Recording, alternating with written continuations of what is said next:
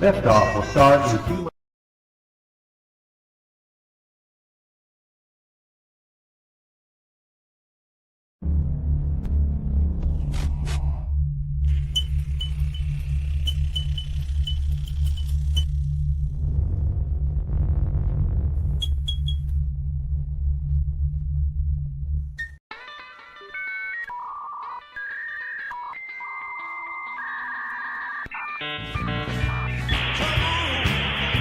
Liftoff will start in T minus 10 seconds.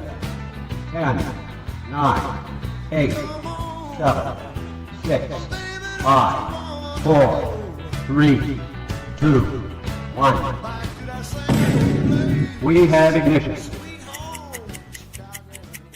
It's time! 15 seconds from game 7 or from championship number 6. Jordan, open, Chicago with the lead! Behind the screen, Harper got a piece of it, it comes off. The Chicago Bulls have won their 6th NBA championship. Tying run at second, 2 out, Palmero over the head of Jenks. Uribe charges, throws, out! And the White Sox have won the World Series. To the far side around the 8-yard line to Hester.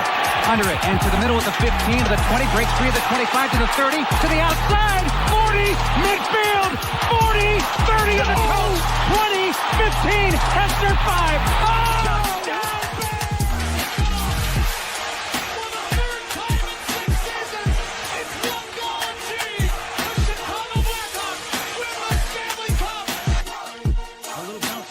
Toward Bryant, he will glove it, Jordan Rizzo. It's in time, and the Chicago Cubs win the World Series.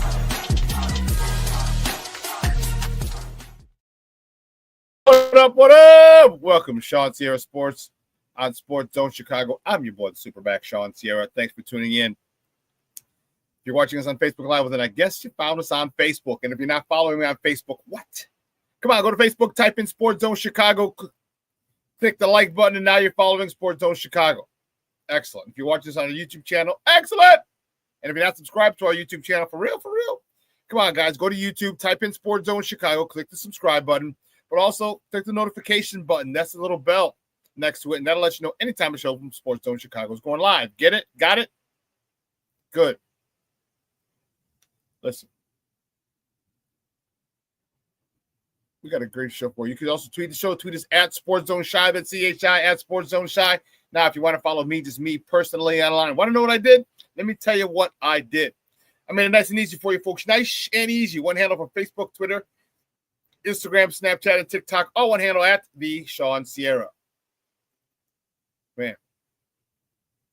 We got a great show for you, but I need you to get interactive. So whatever platform you're watching this on, whether it's Facebook or YouTube channel, leave a question or comment on that platform.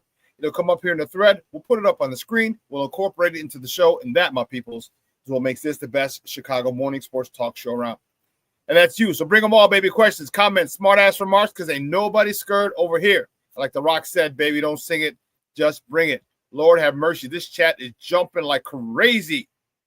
My goodness gracious, great balls of fire. Cornelius Squalls in the house. What up, what up, what up? ShawnSierraSports fan flighted up. Stop the nonsense, Cornelius. You don't have to fly that damn thing.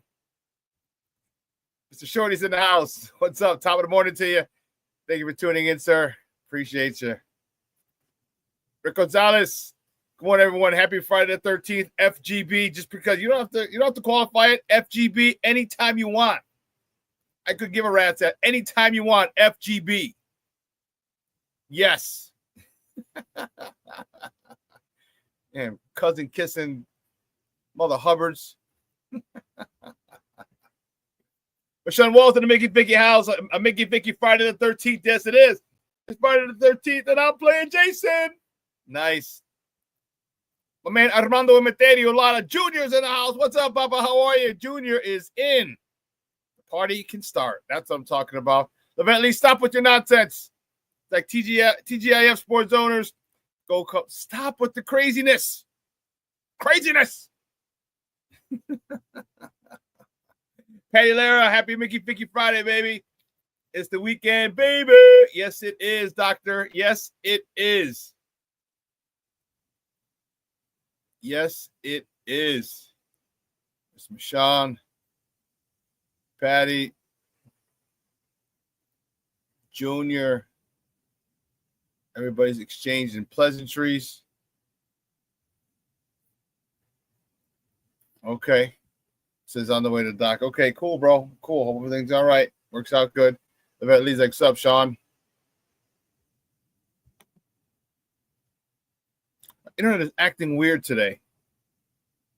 Let me know if I'm lagging or if I'm slow or like looking like Max Headroom. Remember Max Headroom? Remember Max Headroom?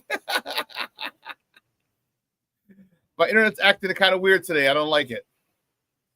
Took me a while to log on and actually go live. I don't know. Morning to you, Shawn. Jeremiah is in the house.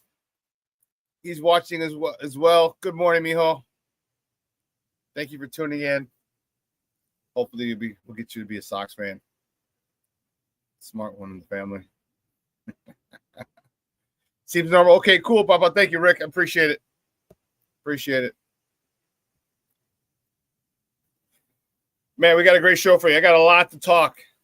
I got a lot of problems with you people. We got a lot to talk. We got baseball to talk. Cubs, Sox in action last night. Both teams out on the diamond. We have that to talk. Chicago Sky. Got that to talk. We also have some Bears to talk. There's an issue. None of the Bears' 3 second-round draft picks are signed. And there's a big reason why. We're going to talk about that today. This could change the landscape of the NFL moving forward. It could. It really could. And it probably will. And I'm okay with it. All right? I am okay with it. You know, because you know me, I'm a player's first guy. All right? I was a player myself. And anything that benefits the players, cool. I'm down with. I am down with. Okay? I am down with. So we're going to talk about that as well. The NBA Finals are resumed tonight. Fired up about that. I want to see what you guys, listen, I want to have a little more interaction. I want to see what you guys are doing this weekend. It's a Father's Day weekend. You guys have any Father's Day plans? Let me know. Okay? Or they're gonna make you grill. You gotta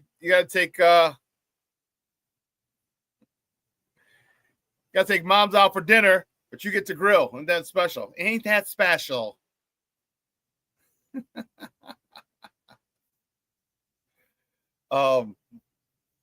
But yeah, let me know what you guys are doing for Father's Day. All right. And just let me be the first to say happy Father's Day to all my fathers in the chat. Fathers are so important. The male aura, the male ego, the male love that they give children is often underestimated. All right. It's often underestimated. And I just want to be the first one to say happy Father's Day to you guys for this weekend coming up. You know, you guys are the ones that make men, that turn your boys into men. Okay. And you're the only ones who can do it. And I appreciate it. I appreciate all you guys. I do. And, you know, fathers don't get as much love as moms do. All right. But you definitely need it and deserve it. So, again, happy Father's Day to you guys this Father's Day weekend. But, yeah, so we got that talking. So we got a lot to talk about. And I want you.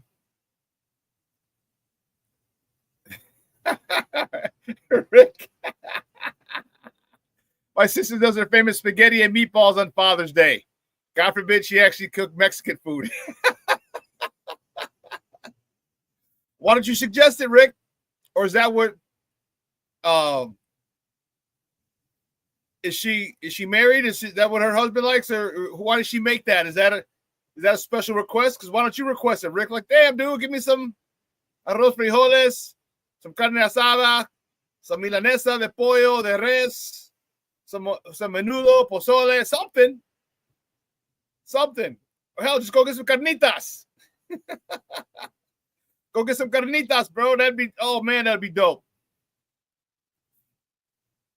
That would be dope. My sister does it. That's awesome. Cornelius Call says, I'll be chilling, accepting all the best wishes. Good.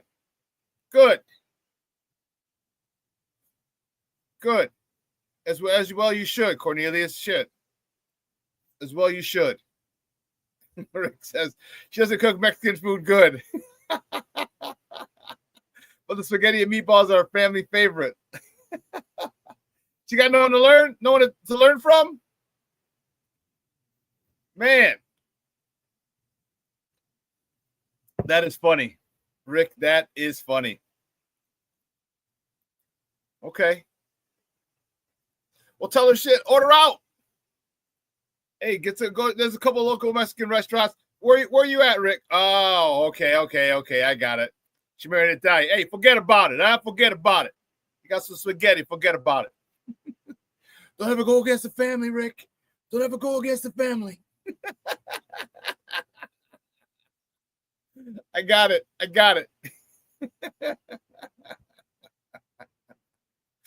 You're an Italian guy, huh? Okay. Enough said.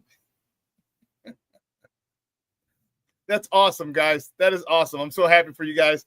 Everyone else. Again, if you're doing anything special or nothing at all, put it in the chat. I want to talk about it. And I want to honor you guys for being fathers, for being present in your kids' lives, because there's so many kids out there who don't have father figures. You know, I was one of them, and I was very fortunate to have some uncles around, but I was very fortunate to have Coach Quinn and Coach Schaller, my football coaches, who really, really impressed on me how to grow up and how to be a man. And I'm really grateful. And my uncles as well. All of them have passed at this point. Just my mom and her one sister are left, but I am grateful for the times that that I had with my uncles and the time that I had with Coach Quinn and Coach Schaller. Big shout out to those guys, because man, they were tough, boy. Growing up in the 70s and 80s and having those guys as coaches, man, they were just straight tough. Different time.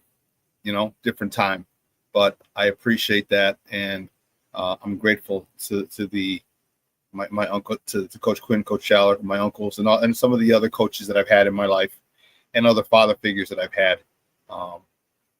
They've helped me out a lot, and I'm grateful. So, and then happy Father's Day to all the fathers who are no longer with us. Okay, I'm sure especially if they were in your lives, there doesn't go a day that you don't think about them, because you know how important they were in your lives. You know how important they were to you. Fathers are so critical. Fathers create. What fathers do is they take women, they create accountability with women. Okay, they do, and I love it. And they raise boys. They turn boys into men. They teach men that, listen, it's not easy for us, and they don't make it easy for us, because they realize that when you get out in the real world, it's how it is, and you need to be prepared. All right, and that's why they're so valuable, and that's why all the fathers out there, I have the utmost respect for you. Especially if you're just constantly in your kids' lives and to the point where they hate it. Believe me, they will be grateful. They will be grateful that you're, in their business at this stage of the game. So, again, happy Father's Day to all you guys this weekend. I hope you guys have a great one. Hope your families take care of you and spoil the hell out of you. I do. Get Pops a cigar. If you're a cigar smoker, get Pops a cigar. Get him a drinky drink. You know. Julie, that's funny. Old Spice deodorant every Father's Day for my pa. That's awesome. He's an old school pimp. He's an old school pimp. That was it. Old Spice was the shit. Yes, I would do that. We meet for my father. I'd meet up with my father usually for Father's Day, growing up, and then we would always, and that was I would get him too. Old Spice deodorant.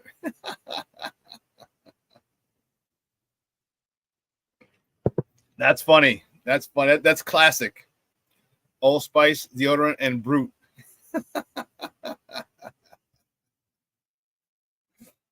That is classic. That's really classic. But I'm excited. This weekend's gonna be fun. It's gonna be warm for all the Chicagoland area. Listen, if you're not following me on Facebook, do yourself a favor. Follow me on Facebook. I just posted yesterday all the cool stuff happening in the city for the summer. I posted all the rooftops, patios, festivals, farmers markets. It's like there's 1, 2, 3, there's 6, 8. There's 8 different slides I posted.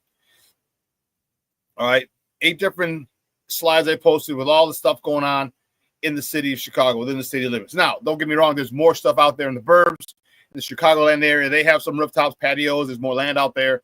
But I posted that stuff, and find something to do this weekend with Pops. And it's going to be a beautiful day, beautiful weekend, beautiful week. I know it's a little overcast today. That's fine. That's fine. But I know on Sunday, what's it going to be like Sunday? Let me check. Cheryl Scott's forecast. Oh, snap. 85 and dry and mostly sunny. 79 today, showers mainly in south, cooler by the lake. Tomorrow, Saturday, 80 degrees, clouds in the AM, sun in the afternoon. Sunday, 85 degrees, mainly dry. That's what I'm talking about. Damn, Monday, 87, Tuesday, 88, Wednesday, 90, Thursday, 90. Woo-wee. It's going to be a nice one, baby. You got it, Mondo. Hashtag Summer of Shawn. You know it. I am probably going to be up so I'm going next week. I'm going to Summerfest up in Milwaukee. It starts Thursday, Friday, and Saturday. It goes Thursday, Friday, Saturday. They broke it up in 3 weekends in a row, which I thought was great instead of 2 weeks consecutively. Bone Thugs and Harmony, the Isley Brothers are going to be up there, and they're all on free stages. If you've ever been to Summerfest, they got like 5 or 6 free stages, and the one where a lot of the big time acts, you got to pay an extra fee. But all the people that I want to see on June 19th are on the free stages. So I'm going to head up there on Thursday. Summer, Shawn, it begins, Mondo. It begins, baby. I got a couple boat trips already planned. I'm telling you, summertime shy is nothing like it. And, we have a lot of sports to talk about our baseball team. The Sox, my main goal for them is to win 63 games minimum. All right, get us out of the 100 losses. Because listen, if we win 63 games, that means we will have a jump of over 20 wins from last season. I don't care what situation it is, a 20-win improvement in a baseball season, a 20-win improvement from one season to the next is huge. That will signal a definite redirecting of this organization. Okay? Because we could win 20 games and still have 100 losses. We had 121 losses last year. So we need to win 63 games to cap that loss at 99. If we win 63 and 99, I'll be happy as a pig in slop, because that means our organization is moving in the right direction. They're doing a lot of good things right, and I don't know what pace we're on. Okay, but we're definitely further along, and if we keep playing the way we're playing, we're going to get better. The Sox are going to get better. The Sox are going to be able to. Sox are going to be able to break that century mark, and man, we need it. We need it. I just saw it. Oh, wow. I just saw it, Mondo. Holy cow. According to this came across in the Bleacher Report.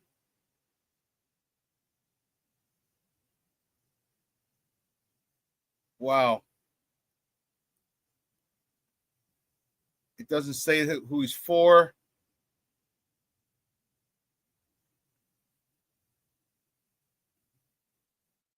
One day after requesting a trade from the Brewers, Aaron Savali has been shipped to the Chicago White Sox, according to New York Post John Heyman.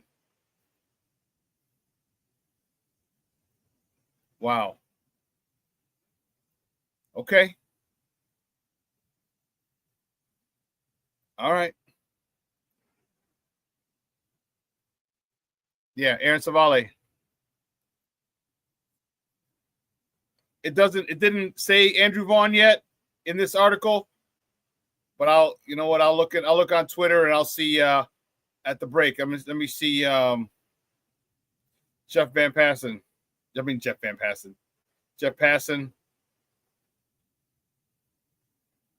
No. John Heyman.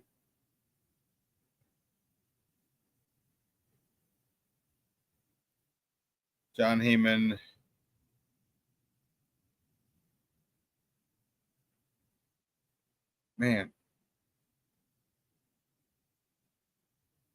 That's crazy. Oh, Jesse Rogers? Okay. I'll check Jesse Rogers. There we go.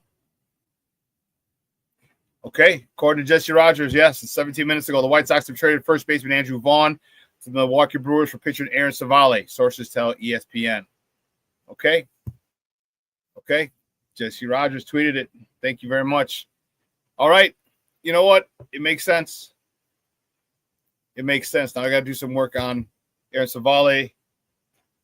And unfortunate for Andrew Vaughn, hopefully he can, with a relocation, he can kind of get back to being a good player. Well, he's not really a good player with us, but hopefully he can live up to his potential with a change of scenery. I know it's 90 minutes away, but Andrew Gone is now his nickname. Andrew Gone. He is a Milwaukee Brewer. And crazy stuff happening as we speak, baby. That's what I'm talking about. But listen, let's take a quick break. All right, on the other side of the break, we'll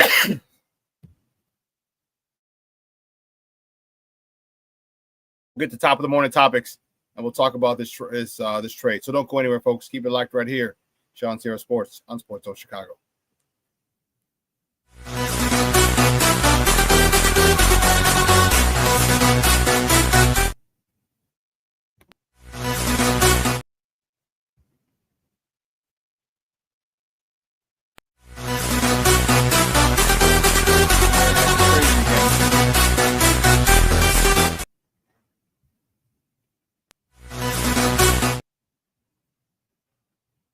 We'll get to this commercial, I promise.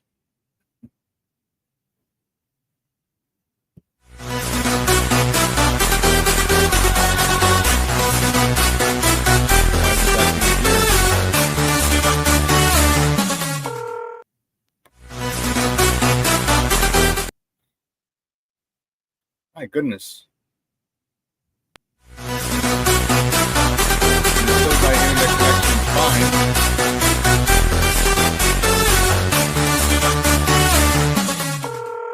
Connected, secured. 911, operator 901. Where's the emergency? 127 Brynmere. Okay, what's going on there? I'd like to order a pizza for delivery. Ma'am, you've reached 911. This is an emergency line. Large with half pepperoni, half mushroom. You know you've called 911. This is an emergency Do you line. know how long it'll be? Okay, ma'am, is everything okay over there? Do you have an emergency or not?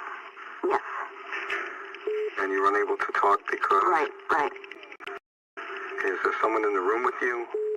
Just say yes or no. Yes. Okay,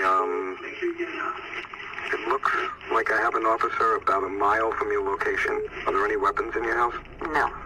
Can you stay on the phone with me? No. See you soon. Thank you.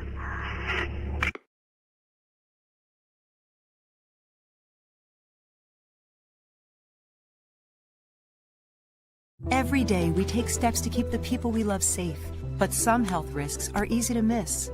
Ticks hiding in the yard can spread germs, like the ones that cause Lyme disease. Mice searching for food can spread bacteria that makes us sick. Mosquitoes lay eggs in standing water and can spread West Nile virus and more. Cockroaches are drawn to water in the home, leaving behind allergens that can trigger asthma attacks. Common pests can threaten our health. Learn how to protect your family at pestworld.org. When I'm flying, I put my helmet on, my visor down, my mask up. You don't know who I am.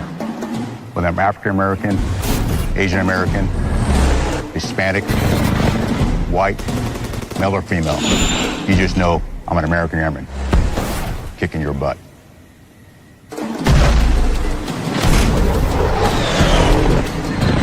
I'm General C.Q. Brown Jr.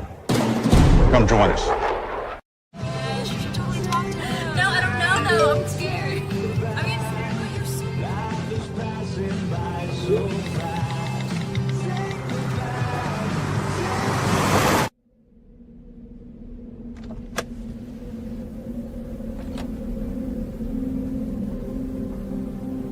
Do you know that you're in my lane? No, not at all. Are you not paying attention? Are you texting? I was just checking in with my mom. I was telling her that I thought we'd be home by 6. It's okay. There's enough time. Just pay attention. I'm not even halfway through my text. There's no way. I'm not even going to look up. My babies are in the car. You have to pay attention. It's just supposed to be a quick text. I'm so sorry.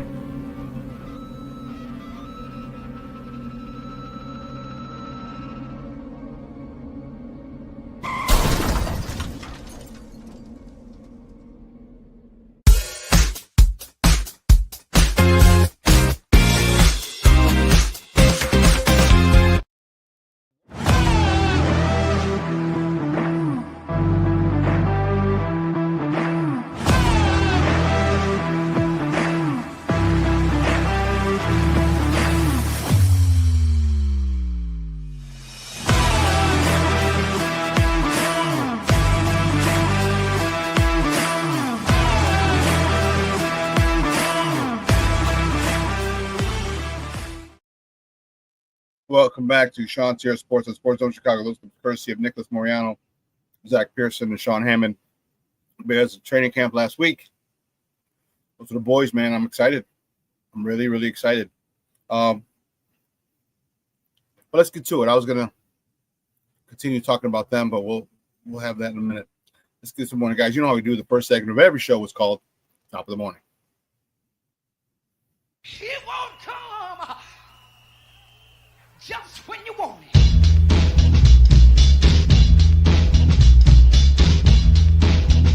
Top of the morning to you. Top of the morning to you. See, the first top of the morning topic. Which way do we go? Which way do we go? Which way do we go? I will start here at you guys.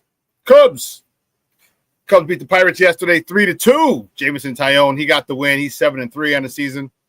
With 6 1/3, 4 hits, 2 earned runs, 2 walks, 7 punch-outs. Presley came in, got his 5th save of the season. PCA was 1 for 3. Big blast, home run, his 18th of the year, driving in his 56th and 57th runs of the season. And Mr. Outcast himself, Seiya Suzuki, he was 1 for 3 as well with a homer, his 17th of the season. And he drove in his 57th run of the year. But, man, both guys so close in homers, 18 and 17, both guys exact same RBIs in 57. That's crazy. Staying with the Cubs. Next top of the morning, top of the Cubs stay in Pittsburgh. It's a 4-game set for them, which started yesterday. They're in Pittsburgh again today. First pitch is at 1:20 Central Time. You can catch that game on the Marquee Network or listen to it on their flagship station, 670 AM. Probables for today's game. Were they in Pittsburgh or were they home last night? I think they were home last night. I think they made a mistake on this.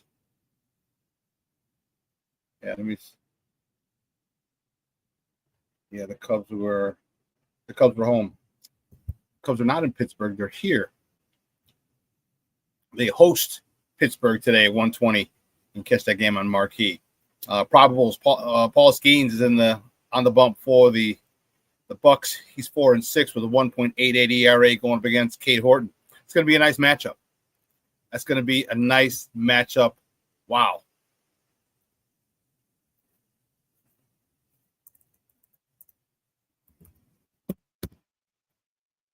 There we go. I had to fix that. Oh, jeez. Now it's going to scroll forever and ever and ever. Amen. Anyway, the Cubs are at Wrigley today, and it's going to be a nice day. All right. Good day to if it's a Father's Day weekend, it's a good day to get out there and spoil dad with have him play hooky from work, go to the Cubs game, sit in the bleachers, have some beer, act a little crazy. All right. Moving on to the next topic, the White Sox, my good guys from the South Side, they fall to the Astros 4-3 yesterday. Just couldn't make it. Davis Martin was on a bump. He got the loss. He's 2-7. He went 6 innings, 7 hits, 4 earned runs, 2 walks, 5 punch-outs. Miguel Vargas was 3 for 4 with 2 doubles, the 16th and 17th of the season. He had a triple, his first of the season. All right, Edgar Carroll, catcher, 3 for 4 with 2 RBIs, his 15th and 16th of the season. And Tauchman was 1 for 2, a homer, a big blast, his 4th of the season, driving in his 12th run of the year. The White Sox, they stay in Texas. The next top of the morning topic, they stay in Texas and they take on the Rangers tonight. First pitch is at 7:05 p.m. Central. You can catch that game on Chicago Sportsnet or listen to it on their flagship station, ESPN 1000. The probables for tonight's game for the White Sox, the good guys, Adrian Hauser, the newly acquired Adrian Hauser, who's 2-1 with a 1.48 ERA, is going up against, to be determined. It hasn't been determined yet, who the Texas Rangers are going to trot out on the bump. I checked a couple places. I checked the newspaper. I checked ESPN. I didn't find out who they're.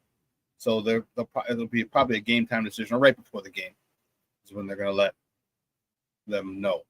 But the White Sox lost yesterday. They lost the series, but they finished the regular season series with the Houston Astros tied 3-3. Okay, tied 3-3. And I know it's not a great record, but when you're getting destroyed by teams like we did last year, 500. If we stay 500, holy cow. Woo-wee.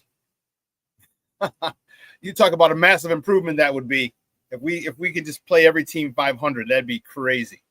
Came out of this with a 500 record. That would be nutso. I'm not saying it can't happen. Believe you me. Teams get on a run. Teams get hot. Pitchers get hot. Hitters get hot. And the White Sox could go on a run. They can start taking 2-3. They could pull what the Cubs did. Maybe win 3 or 4 or 5 series in a row. Okay, with the type of ball that they play, it's possible.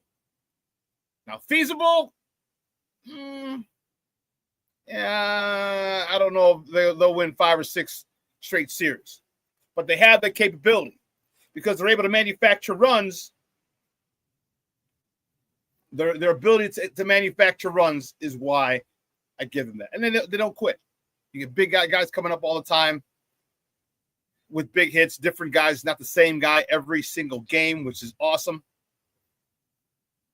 And you have guys who are willing to sacrifice for the team. I love it. I love it.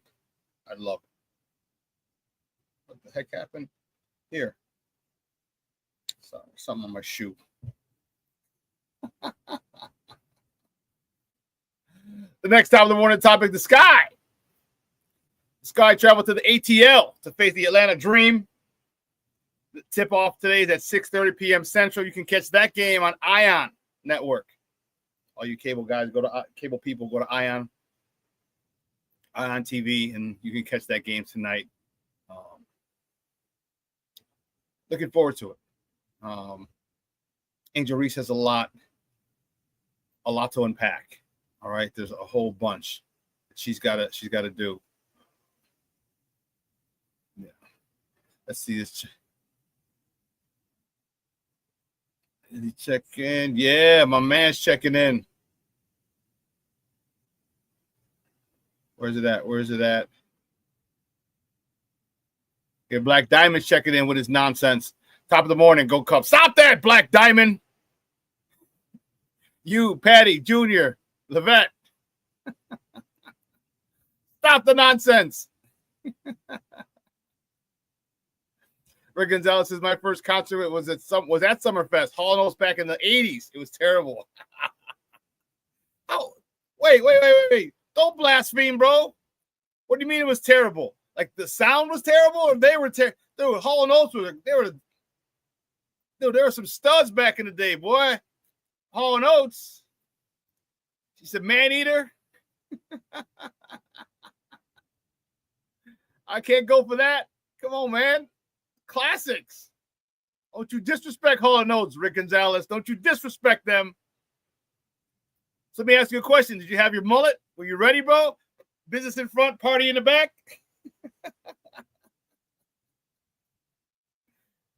Don't you dare disrespect Hall & Oates, baby. He's like, not my cup of tea. Okay, I get it. All right. Okay, I get it. Black Diamond, I got you, bro. Oh, man, you know I'm messing with you guys. I love it.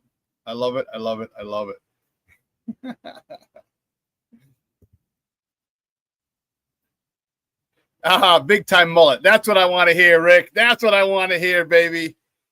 Business in front, party in the back, baby. That's what I'm talking about.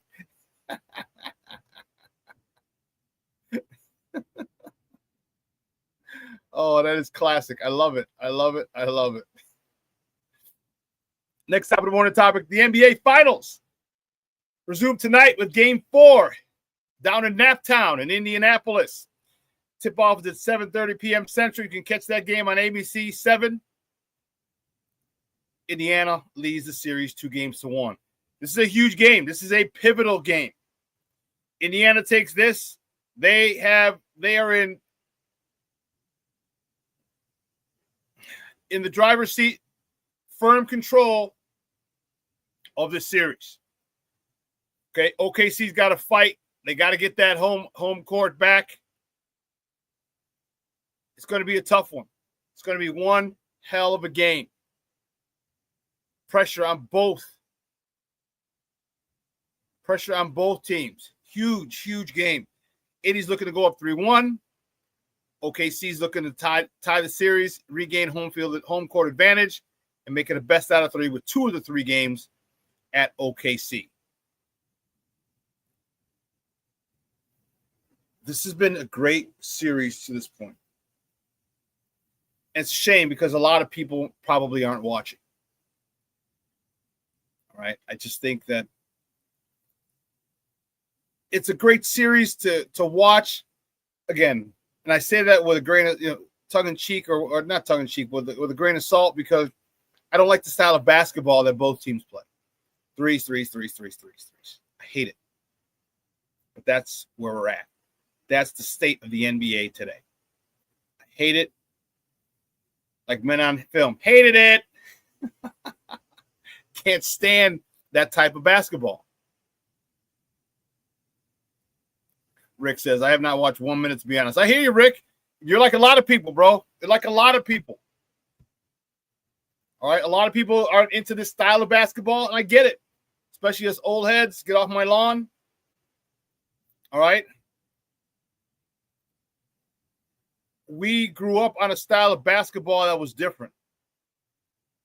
All right? We didn't have guys pass it up uncontested, nobody in the lane layups to kick it out to the corner for a 3. We didn't have that. Okay, and it's frustrating for us as old school basketball fans to see that on a consistent basis.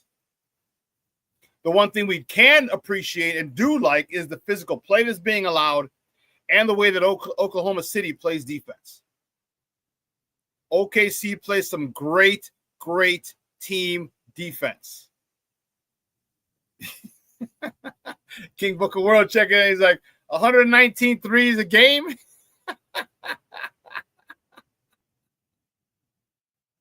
Look. Crazy, man. Crazy. Cornelius says, as much as I hate the Pacers, I think they have OKC's number. We'll find out.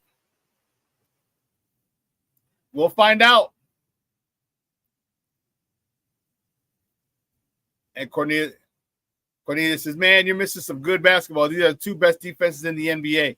Yeah, I agree. And then that's what I'm saying. That's why some people really like it like this because of the defenses that these guys play. But even so, the number of threes is really what turns people off. And I get it. I'm not a big fan either. Not a big fan at all. All right. But as I said, that's where we are. That's the state of the NBA today. So it's great because you're able to, run up and down the court. You're seeing a lot of, beautiful shots, great long distance threes, logo threes, shots from the corner, which are a little shorter. Okay. Great stuff. But to the purists, and a lot of us old heads, that inordinate amount of threes is a problem. It's a big Mickey-Ficky problem. All right, the mid-range is gone. All right. These guys are shooting threes like crazy, but can't make free throws. Shooting 70% from the free throw line. Like, how are you shooting 70% from the free throw line? Or less? They're free. You sit there and practice for hours and hours and hours behind the arc, and you don't practice hours and hours and hours from the free throw line. Make it make sense. You don't get free three-pointers most of the time, but you can get free throws. It's just frustrating. It really is. It really is. Next top of the morning topic, the Bears. Bears have left, or most of the people have left Hallis Hall. Caleb Williams, Roma Dunze, some of the bottom of the roster guys have stayed as well for this week. As I said on Wednesday, it really upped my respect for Caleb and for Rome, knowing that they're not in the same offense they were last year, and any connection they had in that offense is done. They need to be able to connect in this offense. They need to be on the same page in this offense. And so for them to stay speaks volumes for the type of their football character. All right, and I love it. But the Bears still have not signed any. It's 3 of their second-round picks due to a situation with the first 2 selections of the second round. This is the thing that I wanted to talk about that I mentioned in the opener. There's a big shift going on here in the NFL. Big shift. Okay. First 2 selections in the second round. UCLA's linebacker Carson Schweisinger and Iowa State wide receiver Jaden Higgins. Both received fully guaranteed contracts. Okay. That's a rarity for second round picks. Almost never. Okay. They're just starting to do it with all the first round picks now. All right. 1 through 32. That's happened in the last couple of years. And what this is doing is just putting a premium. The owners aren't going to like it.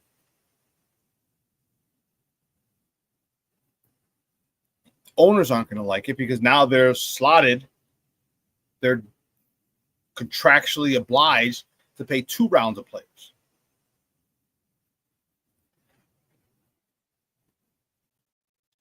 This is the issue.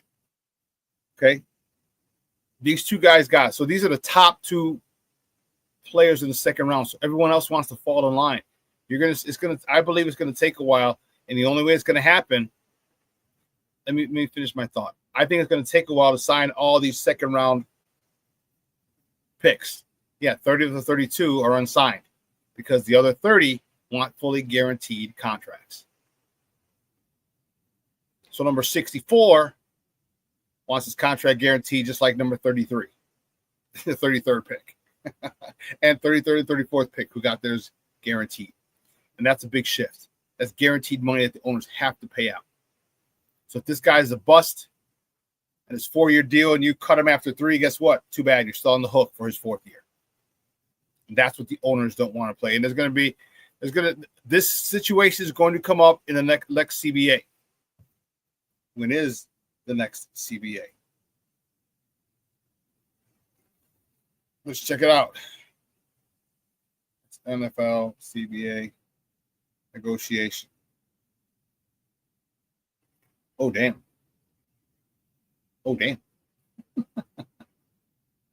Not till 2031. Okay. But this is, even though it's not going to be collectively bargained or can't be collectively bargained until 2031, it doesn't mean it can't be commonplace amongst teams. It doesn't mean it can't be commonplace. So you're going to start seeing this happen. And at that point, we're in 25, 26, 27, 28, 29, 30, 31. 6 more years.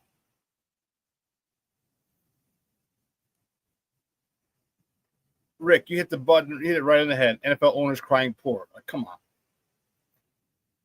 And here's each NFL revenue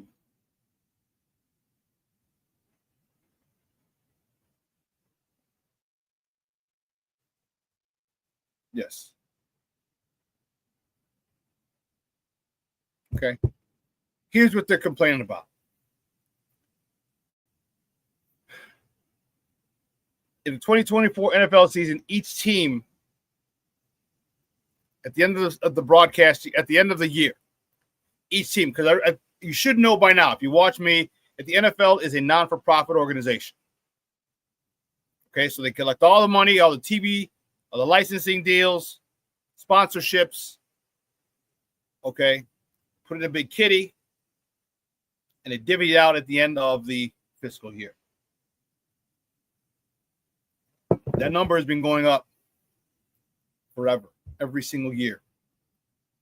In the 2024 NFL season, after that season, each team received $416 million. Come on. $416 million. Oh, no. Are you going to go under a $400 million now? Oh, my goodness. I don't know what to say.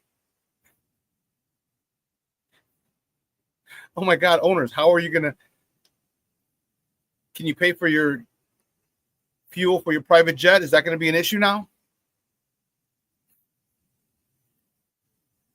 $416 million is what they made. After all the bills were paid, all 31 teams, because the Packers don't get it because, 1, they're stupid, but 2, they're publicly owned. So just they're shareholders. So you can split up amongst the shareholders. 31 teams got 31 owners got $416 million. Nice gig if you can get it. And they're complaining about. But I get it. You don't get to that point in your life being a billionaire by just giving away money. All right, you're negotiating. Who you telling, King Book of World? He says they can only get the special edition yachts, not the limited edition. Yes. Yeah. So people are going to laugh at them at the country club. You don't have the limited edition yacht. You don't have the 125 footer. You only have the 120 footer. Get out of this club.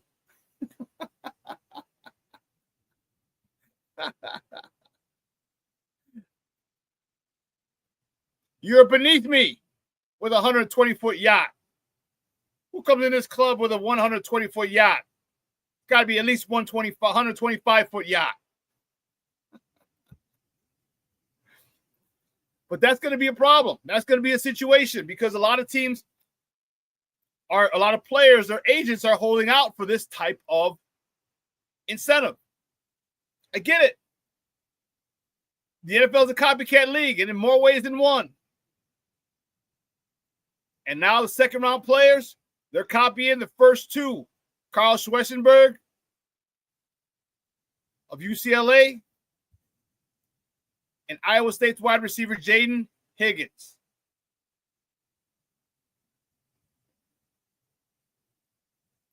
So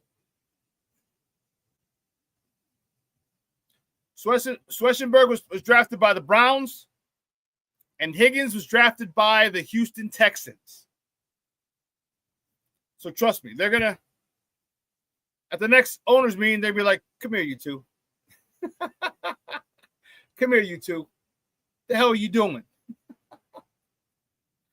Billionaires don't want to come up off any money they don't have to, especially since they've been able to get away with it for so long, where the second round wasn't guaranteed. Now that it seems like this is a shift, now like, come here, you two. Cleveland. Didn't we have a team move from you and we reinstated a team and you do this to us? Houston, you're an expansion team. Got no business doing this to us. These owners are going to say, trust me. That is nutso. But let's take our second break. On the other side of the break, we'll talk a little baseball.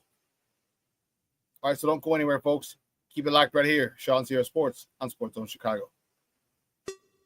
Hey, it's your boy, the SuperBack, Shawn Sierra, and be sure to follow Sports Zone Chicago on all social media platforms, on Facebook, Instagram, and our Roku channel. You can find us at Sports Zone Chicago, and on Twitter, we are at Sports Zone Shy. Also, be sure to download our mobile app so you can take Sports Zone Chicago with you on the go.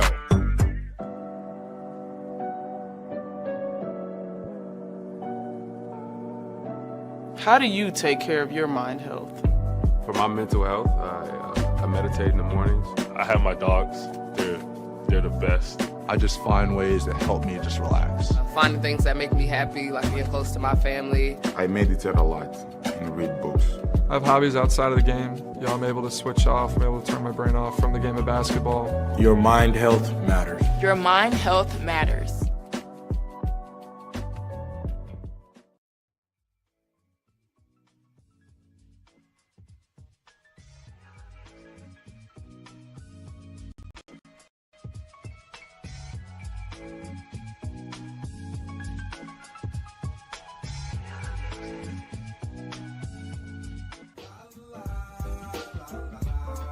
It's a romance sport. What? It's a romance sport like that. Your Marine Corps' way of life is to defend the American way of life.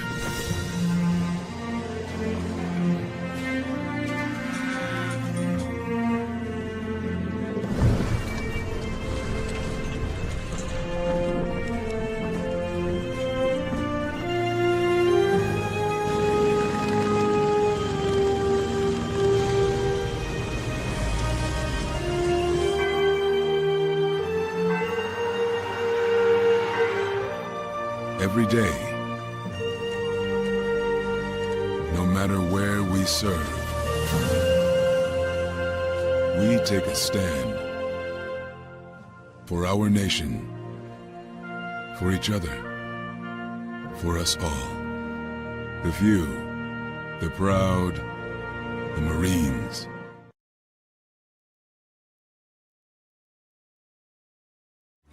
Everybody in a work zone is someone's somebody. This is my mom. She works for KDOT. This is my dad. This is my mom. This is my daddy. This is my sister. This is my daddy. This is my son, Scott. He was killed while working in a highway work zone. When you drive through a work zone, drive like a life depends on it. Because it does.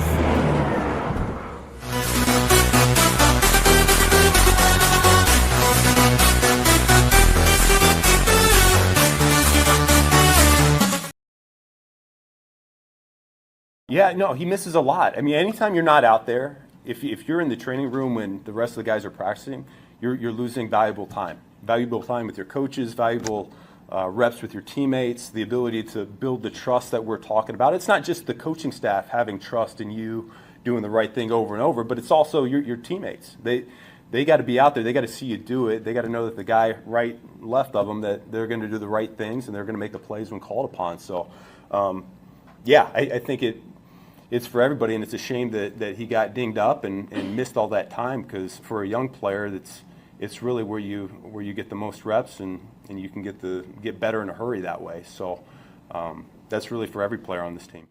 Welcome back to ShawnSierraSports on Sports Zone Chicago. Those comes courtesy of the Chicago Bears. That was our man. That was the guy. All right, that was Ben Johnson. I've had a lot of conversations about him. I was on a podcast last night with my guy Emilio Bucks, who was on Wednesday. I was on his podcast last night, and we talked a little Bears for a minute. And the cool part about this is I'm excited because we have the guy. We have Ben Johnson. Ben Johnson took a quarterback that not a lot of people, the Super Bowl team, felt was their weak link in Jared Goff, and turned him into the leader of the NFL's most potent offense the last couple of seasons.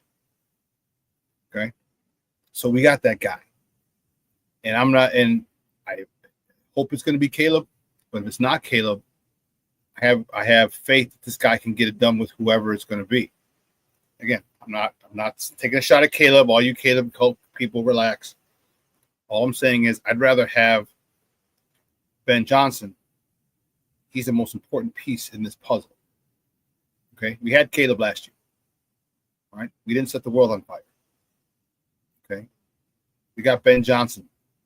Okay, that combination could be very, very, very potent and very problematic to a lot of teams.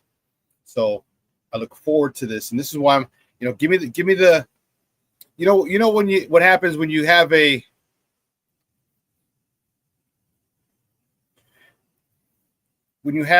family-run business, and the chef or the baker is not a family member, or they have a falling out, and then the guy with the idea goes and does his own thing. He's the important person. He's the most important person. And that's who Ben Johnson is. Okay. There was an old fogey stogie. All right. Who at one point said coaching matters. Okay. And it does. It really does. And you're going to see how much coaching matters when you see how much better Caleb plays this year. We'll put that in the chat. Rick, it's the more likely to happen. Sweep the Packers, Caleb goes for 4,000 yards, or Montez gets 12 sacks or more. I think the thing that's most likely to happen is Caleb goes for 4,000 yards. That's what I think. All right. I think all of those things are on the table, though, Rick. All of those things are on the table. Those are independent of each other. And I think that those are all in play. And I think that is what has gotten so many of us Bear fans fired up. Okay? We haven't swept the Packers in a long time. Okay? How great was it to go up there and whip their ass on a last-second field goal? I know it's not, but still whoop their ass in their home, in their own backyard. How great was that? Okay. How great would it be? And let's think about it. Caleb had 3,500 yards last year in that shit show. 3,500 yards. Granted, he had a slew. He had one hell of a stable of receivers to throw to.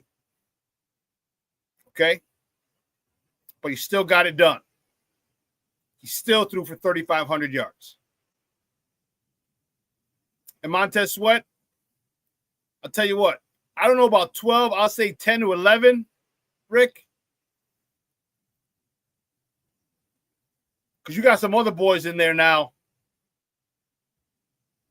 You got Grady Jarrett, Ode Obenge, or Obe Obenge, Gervon Dexter. We got guys who can help him now. Andrew Billings is another one who collapses the pocket. And let's not forget Hippolyte. I know he's just smaller statured linebacker. But with his speed, you don't think he's gonna be sent a lot? Especially when Dennis Allen likes to send 5. Who else you gonna send? Your fastest dude. Dude who likes to bring the wood. No Diddy. Thumper.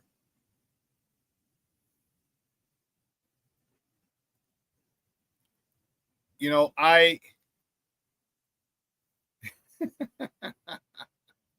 you're a fool, Rick. They seem to like Pedialyte. They do. They do because of his speed. I'm telling you. When you have a linebacker who can blitz with the speed that he has. Again, he's not very big. He's about 5'10". 225, I want to say. Small for a linebacker. But ran a 4.3. Man, when he cuts through that hole, he's at full speed. If a running back has to come across the quarterback's face, he might not get him in time. And if he is, man, that's a hell of a head start for PD. I know you got me saying knucklehead. For Hippolyte. So I don't know if Montez gets 12 sacks. I don't know. I say he gets double digits, maybe 10. Hey, please prove me wrong, Montez. Prove me wrong. Get 13, 14 sacks. Because they're going to have to go man-to-man on you because they got a lot of people. We send 5, you got 5 offensive linemen. Everybody got a man. You're going to be in a lot more one-on-one situations, and you better be able, for $96 million, your ass better be able to beat a lot of these tackles. I know they get paid big money too, but here's where we're going to find out what kind of dog you are. Here's where we're going to find out what kind of player Montez Sweat is when he's singled up most of the time, because you bring Hippolyte, that's 5 blockers, that's 5 defenders coming at you. Who can win the one-on-one? Can he hold you out all game long without a sack? We're going to find out. Grady Jarrett, that's why I said maybe 10, because now you got to stop Grady Jarrett, especially on passing downs, 3rd and long. Man, you know Grady Jarrett is pinning his ears back.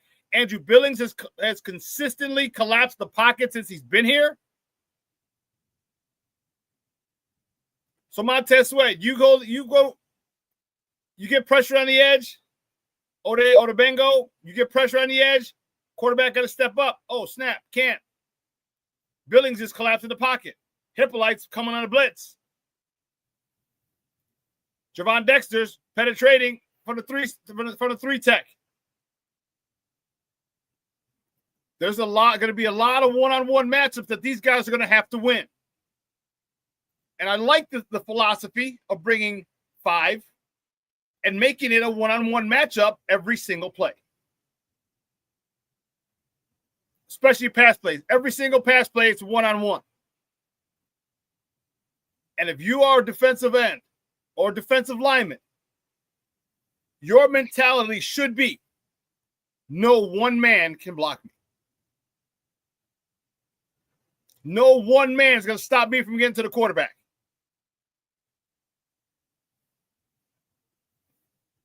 That's the mentality that you have to have as a defensive lineman, especially in this scheme. In this scheme, they're singling you up and they're saying, my 5 are better than your 5. That's all they're saying. So Montez Sweat, you going to earn that damn near $100 million? You're going to earn it this year? I don't know. We'll find out.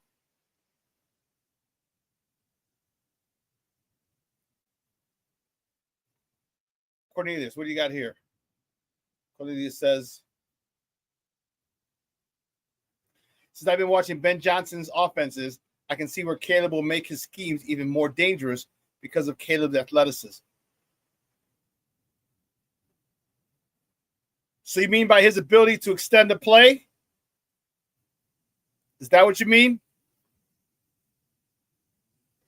Is that what you mean, Cornelius?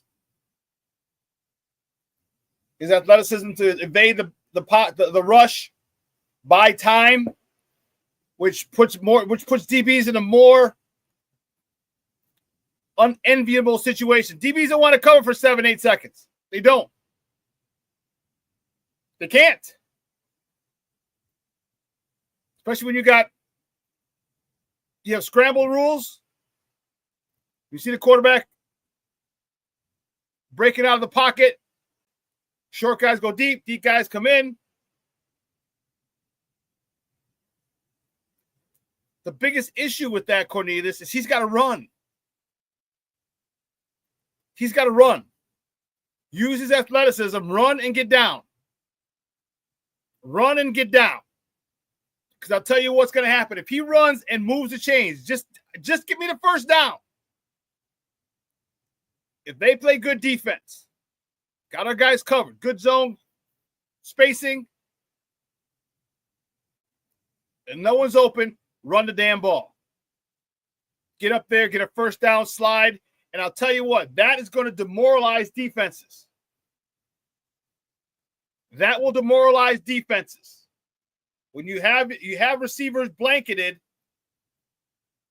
and a quarterback runs for a first down and moves the sticks. And not only does it demoralize them, what it does is it gets them more, it fatigues them more. They get worn out because now they got to go at least another 3 plays. Trying to get off the field, and they can't. Rick, you are not that you point on, spot on. If we get that type of pass rush, our DBs are going to feast, and that's the whole thing. You get that type of pass rush where it's one-on-one, 5 offensive linemen, 5 defensive people coming through. Quarterbacks are going to have to let go of that ball a half second too early or half second too late if they got to pull the ball down, reset, slide up to the open spot, and then try and throw that ball again. Might have missed the window.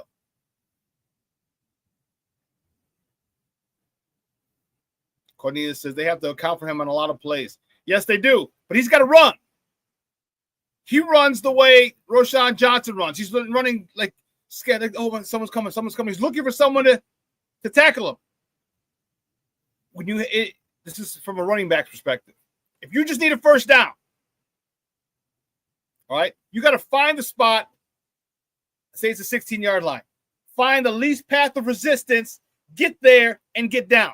I would never go down. I'd always try and hit someone and gain more yards, but we don't need Caleb to do that.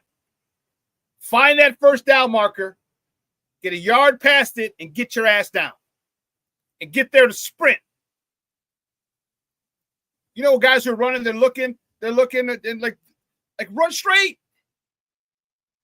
Caleb has to do a better job of that. Once he makes the decision to run, he runs, it's going to hurt a lot of defenses. You're right, they're going to have to account for him. They're going to have a spy. If you have a spy, now you're screwed. Now you're taking the guy out of the secondary, out of the coverage. Shawn, you are right. I agree. O-line should be improved in short yardage situations. They should be, yes. Yes, they should be. And that's one thing I'm excited about. Caleb should have time. Caleb should have a lot of plays where he can stand flat-footed and survey the field.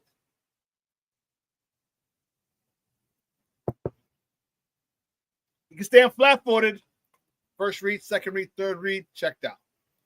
First read, second read, third read, tight end, check down. He's going to have plenty of times like that, and that's what we wanted. How many times in our football watching lives did we see Tom Brady back there flat-footed? Flat-footed. As routes developed.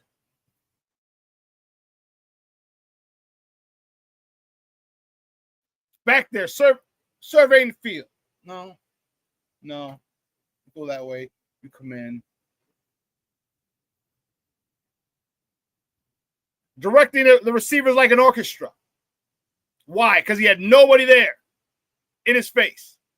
That's what we need. Can you imagine with Caleb having no one in his face plenty of times?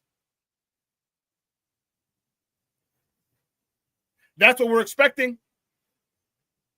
That's what we're expecting. And I don't care who you are. If you give a quarterback 6-8 seconds, they can pick you apart. They're in the NFL for a reason. Caleb was the number 1 overall pick.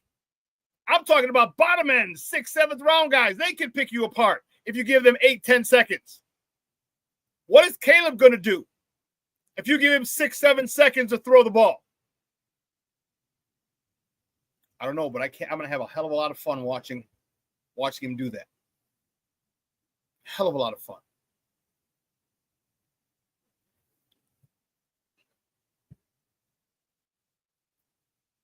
I want to get these second round picks signed, though. So I really want to see Shamar Turner. I really want to see Luther Burden. And Ozzie Trapillo. I want to see those guys.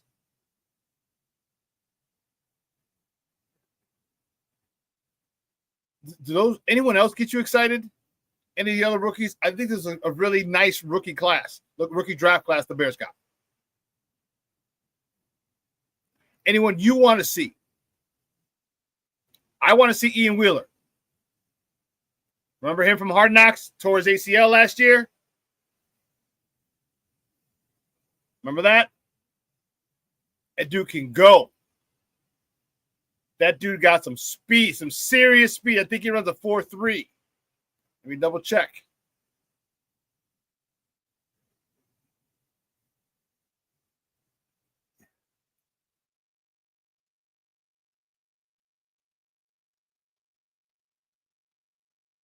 There we go. Oh, Jesus Christ. Ian Wheeler's 40 times a 4.39. A 4.39. So you get him out in the open. I mean, how tall is he too? The player profile. I don't think he's a bigger back. Oh, it's 5'10". 5'10", 205. Not big. Cornelius, I want to see him too. Cornelius says, I want to see Za Frazier. I want to see him too because he's a prototypical Dennis Allen cornerback. Prototypical. 6'3". He runs a 4.39 as well. Good cover skills, good makeup speed. This is specifically for Tyreek Stevenson. This was a message sent to him.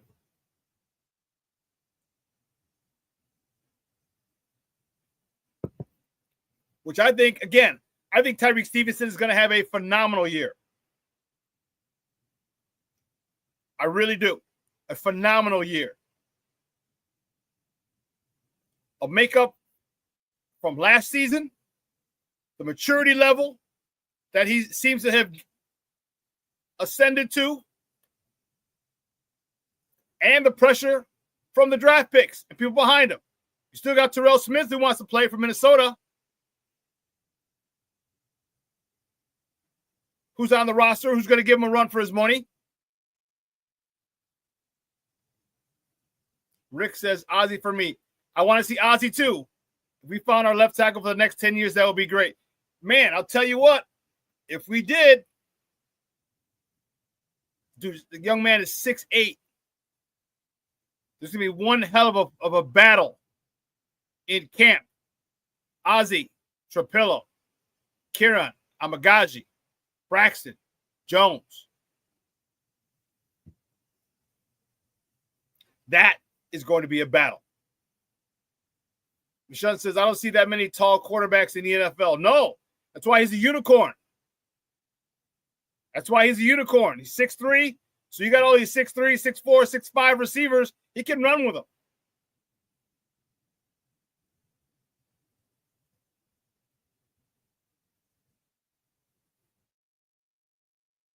Cornelius says, Dennis Allen asked Zah when he was drafted, was he afraid to press man? And he said no. With that makeup speed, he shouldn't be. That makeup speed is nice. Yes. Rick Gonzalez, Frazier got some go-go gadget arms. Oh, man, that's hilarious. That's classic. But he does.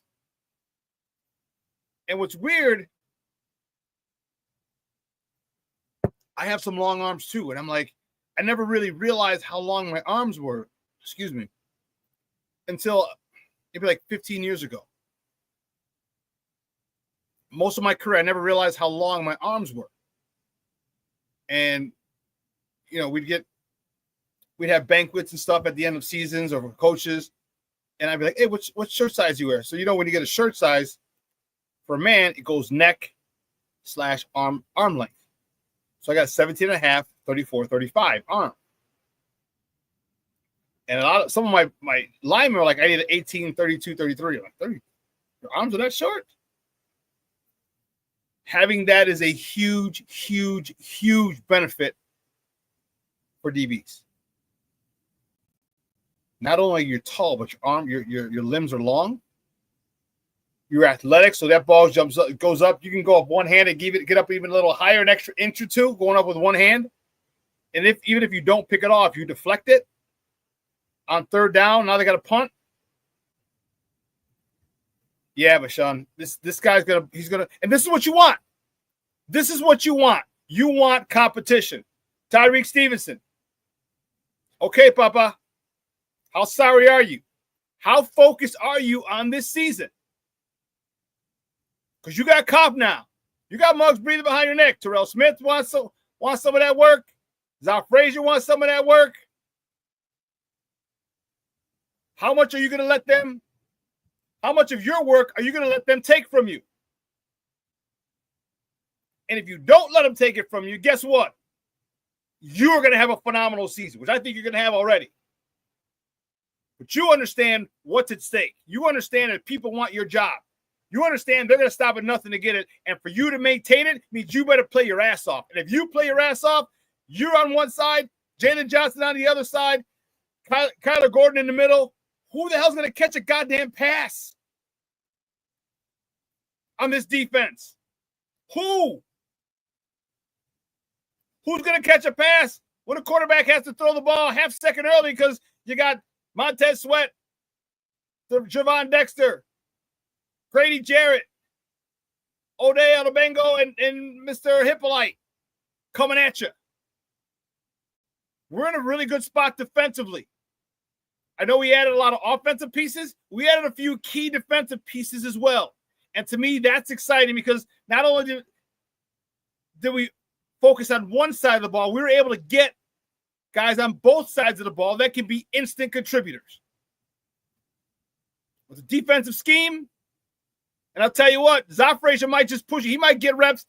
He might steal reps from you just because he's that good. It all depends on him. It all depends on him. So Tyreek Stevenson, you better have one. What did I say? Don't fuck it up, kid. It's yours. It's your job for now. How long can you keep it? And the thing I love about it is that if they try and they can't unseat him because he's gotten better, because he's felt the heat, guess what? That means if he goes down, which this NFL stands for not for long, if he goes down and he gets hurt, which people can't do. Jalen Johnson missed some weeks last year. We have a guy who could step right in and we will feel just as comfortable with him.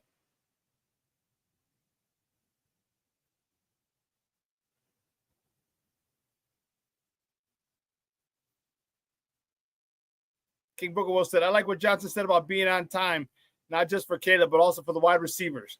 Lets me know he saw something on film he's going to rectify. Yeah. Be on time. That ball's got to be at a certain spot. You have to be at a certain spot. Wide receivers. There's a lot. And, you know, it's temper expectations just a little bit because I'm getting fired up over here if you couldn't tell. We still haven't seen Ben Johnson coach the game as a head coach. We haven't seen it. Okay, we haven't seen it.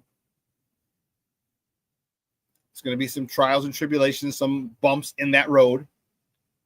It just happens, which is why, again, I am ecstatic that he insulated himself with a guy like Dennis Allen, a guy who's been a head coach, who can help him. You know, there's a lot of, how many times in our lives have people said, listen, I don't want you to make the same mistake I did. This is why I'm telling you this. And we just didn't listen. Plenty of times for me. And you're like, shit, I should have listened. I think Ben Johnson is a guy who's going to listen, which is why he brought Dennis Allen here.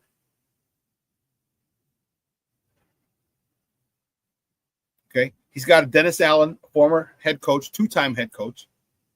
All right. He's at Air Sleeping with the Enemy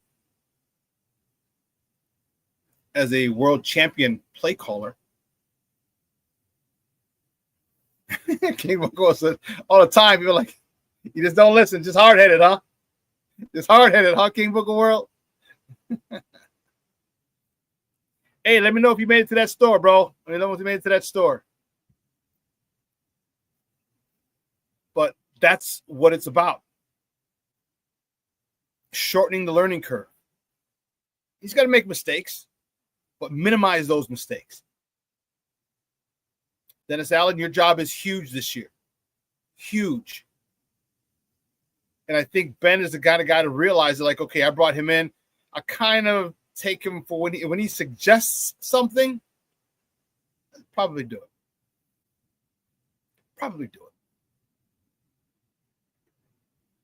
And I tell you, that's the sign of an intelligent coach, manager, leader, boss.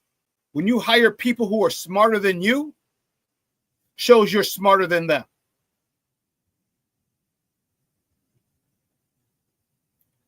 If you can follow that, you want the best people around you at all times, in work, in job, in life.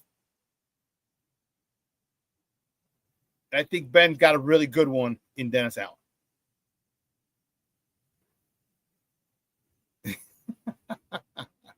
But Shawn says, fun fact, I'm the same height as Caleb, 6'1". Do you have a rocket arm like Caleb too, Michonne, or what?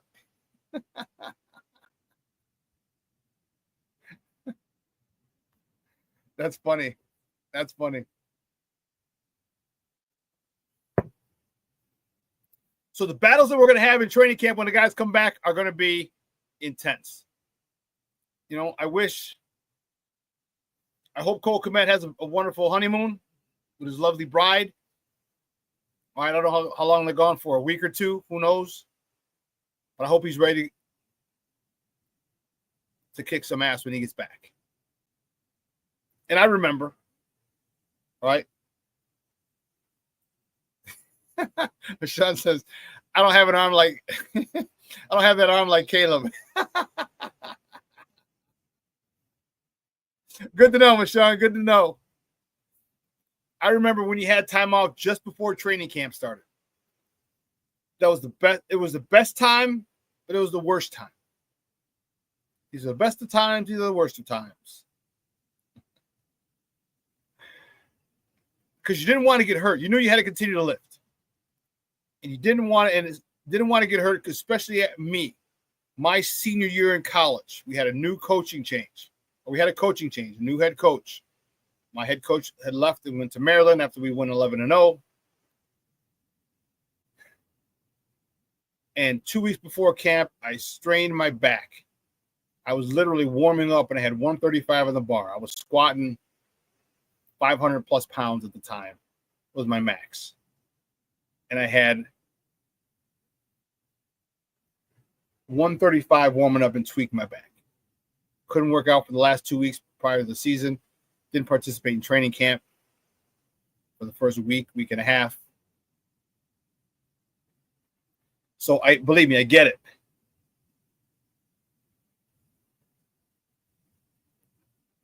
But also that excitement. If you want to go decompress, you want to go on vacation, you want to just put football on the back burner, furthest thing away. And it's tough to do that because you still got to get up and work out in the morning, wherever you're at. Wherever you go to the Maldives, you go to the Dominican Republic, you go to Puerto Rico, you go anywhere. You still got to get your lifts in. You can't lose these last 4 weeks. Believe me, a lot of strength can be lost in 4 weeks if you don't lift. So wherever you go, you still got. So football is really never out of your mind, but you need to decompress. Literally lay on the beach, get up in the morning. If you're a morning guy, work out in the morning, stretch, get flexible, get on the beach. Just kind of get yourself mentally prepared for this grind. And this season, the scheduling sucks. The bye is week 5. And you have 12 straight weeks after that. It could have been after week 8 or 10. It's after week 5. So you really have to you really, really, really have to get mentally prepared. And I can't wait to see how they come locked and loaded. We'll try and get some credentials for that for training camp. That'll be dope. And if we do get that, it'll adjust the schedule of the show. But we'll cross that bridge when we get to it.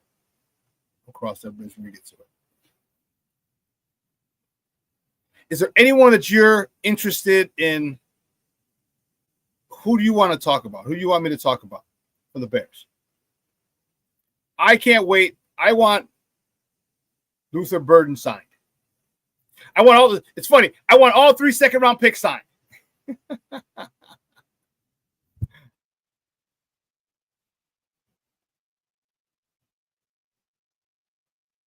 Don't send me this, Mondo. I don't care.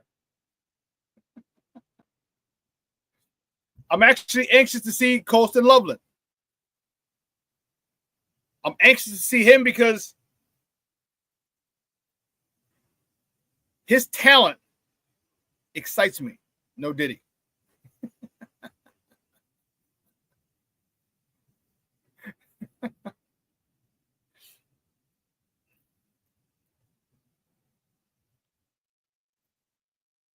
Oh, I sent the info to my aunt. I think she went. I'm going to grandma this weekend, and we'll take her to. Excellent. Ask 100 million fucking questions, bro. Ask 100 million questions, and they're happy to answer them for you. Good.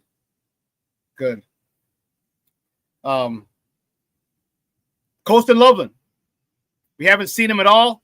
He's actually able to lift weights now. He's at that stage. Still no contact. He should be ready by training camp. Man, no problem, bro. Appreciate you for that, Shawn. For real, fam. Hey, I appreciate anytime I can help, bro. You know what I mean? I ain't gatekeeping Jack, especially when it comes to our people and our health. All right? I ain't gatekeeping a Mother Hubbard goddamn thing. All right? So, good. I hope it makes a difference. Big time. He seems skinny, Loveland, Rick Gonzalez says. Yeah, he is. But you know what? They're not asking him to block defensive ends and defensive tackles. He is a wide receiver. He's a tight end in a wide receiver's body, is what he is. He's a tight end in a wide receiver's body. Listen, he's going to put on about 15 to 20 pounds by the time his career is over. And he's so tall, 6'5", 6'7". At 20 pounds, it's noticeable, but it won't be a hindrance to him. All right, he's not going to be muscle bound. 15 to 20 pounds for him on that long frame would fill him out a little bit, make it more durable.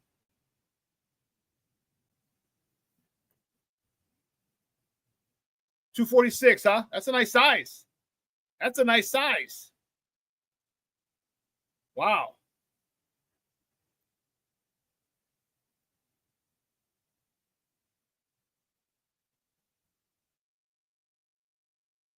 So here we go. Oh, he's 6'6", 248. Okay, 246, 240, 248, 6'6". That's a nice size. It's thin for someone 6'6". No, let me not say that, because let's remember, Michael's 6'6", 200. Michael Jordan's 205 at 6'6". And he's 40 pounds heavier. It might also just be, Rick, that because he's so tall, doesn't mean he's not strong. He can still look skinny. But listen, he just came out of Michigan. Let's not get it twisted. He came out of Michigan. All right. Michigan, they put out some big boys. Their workout program is one of the best in the country. The strength coach is one of the best. My guy has gone up there to see him.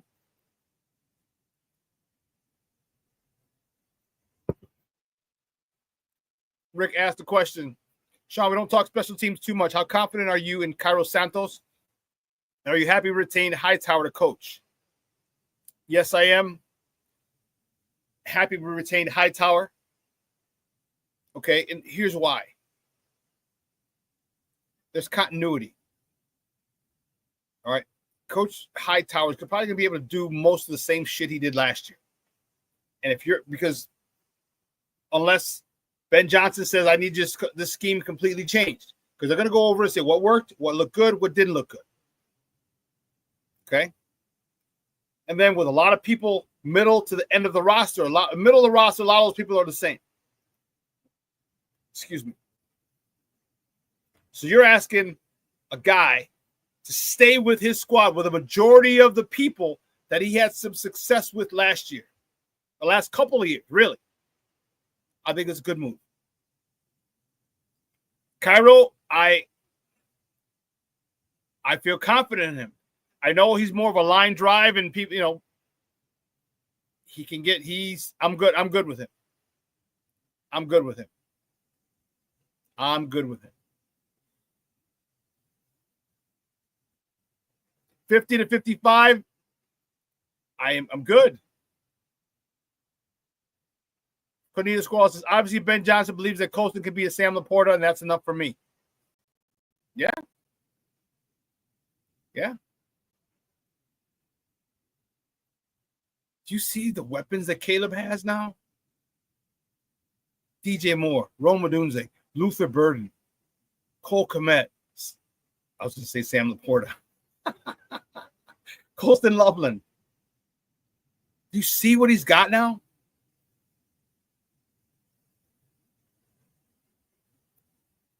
I think that's something for us to get excited about. Cornelius, I couldn't agree with you more. I take accuracy over distance. Yes.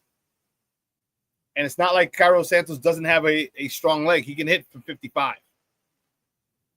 It's just his going to be a lower trajectory, which is why up front you're going to need some stout people up front. Colston Loveland's a guy I want to see. Luther Burden is a guy I want to see.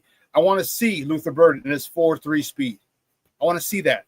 I want to see how that really manipulates and messes with defenses.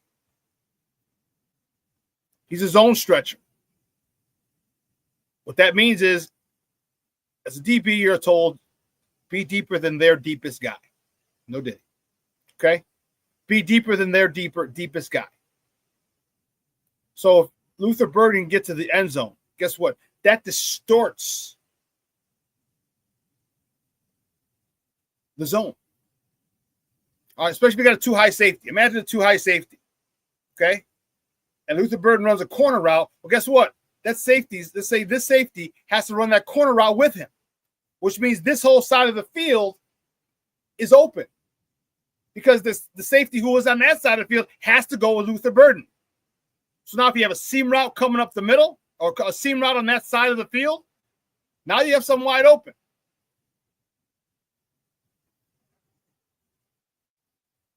When you have a guy like that who stretches the defense, it distorts zone defenses and leaves them very vulnerable.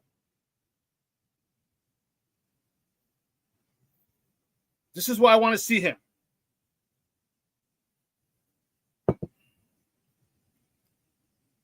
This guy is a baller. Now, there's rumors that he's a diva. If he doesn't get the ball, he's going to bitch and moan. Look, you don't get to bitch and moan as a rookie. Nope, you don't. You do not get to bitch and moan as a rookie. Sit down, shut up, do what's told, and do it to the best of your damn ability. And I think he'll get that. And you got to also understand, he's got to realize he's the third or fourth, maybe fifth option now. You're not number one like you were at Mizzou. You got DJ Moore, you got Rome Odunze. That's two. Cole Kmet and or Loveland. That's three, maybe four. So you're fourth or fifth in the pecking order for Caleb to look at you. But when he does look at you, you better make it up. Jay Grizz checking in. What's up, Papa? How are you? Thank you for checking in, brother, from down in Tampa. I appreciate it. We're getting some of that Tampa weather today, baby. It's going to be up in about 80. Is that what it says? Cheryl Scott, what does this say, Ma? 79. Right around 80. Beautiful.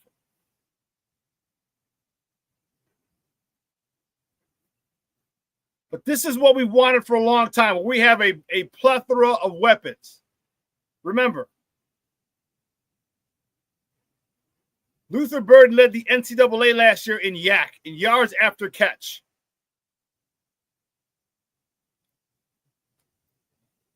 Imagine that, yards after catch. And you've seen the highlights. You've seen him. He's able to stop and start. He's as big. He's about the size of DJ Moore.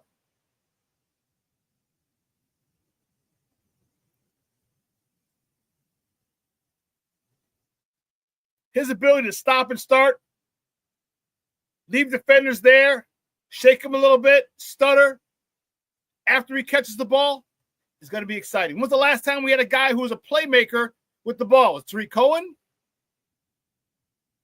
A guy who can shake and get around you people. Because DJ Moore, now he's not the kind of guy who can shake you. DJ Moore's fast. He'll go by you. He'll jump up over you. But DJ Moore doesn't have a lot of quicks. Doesn't have a lot of shake. And that's okay. DJ Moore's great at what he does. Rome Odunze, same thing. Doesn't have a lot of shake. We got a guy who's got some shake. You get him 6 feet, about 6 feet, 205 with some shake. Built like a running back. He's bottom heavy, big thighs. He's not going to go down easily on contact. And he can stop and start and shake and get you. Man. There's going to be a point in time where he's going to be around two defenders, boop, boop, go around one, and just able to outrun the other one with speed. These are the weapons that Caleb has. These are the weapons. It behooves him to understand it, understand the offense, understand how each play would work against various defenses. Because that's the most important part. You can learn the plays. The plays are extremely important. But also is just as important as that play versus cover 2. That play versus a cover 3. That play versus a cover 4. That play versus man. Where are my soft spots going to be? Where would my soft spots be? This play versus a 1, 2, 3, 4, get a robber coverage, cover 6.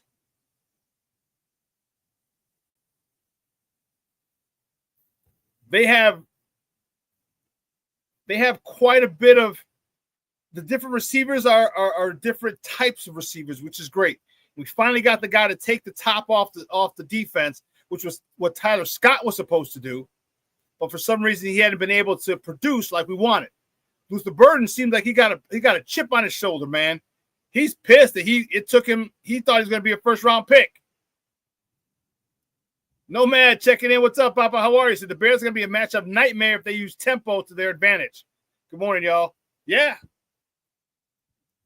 If you get a mismatch, and you keep those guys out there, defenses can't sub. Because you run that play quick, 13 guys, 12 on the field. That's an extra 5, a cheap 5. That's where the cadence comes in. That's where the importance and the understanding of everyone on this offense. That's why it's important. Because if you find a mismatch, you realize, and I don't mean Luther Burden on a linebacker. I mean Luther Burden on a cornerback who can't cover him. A slot corner who's having problems with Luther Burden, you keep him out there. Same thing. Call it play from the sideline. Don't let him substitute. Like, oh, you done messed up now. And the tempo that Nomad's talking about is going to be a pain in the ass. You're going to have to waste the timeout. I need to get another guy in there.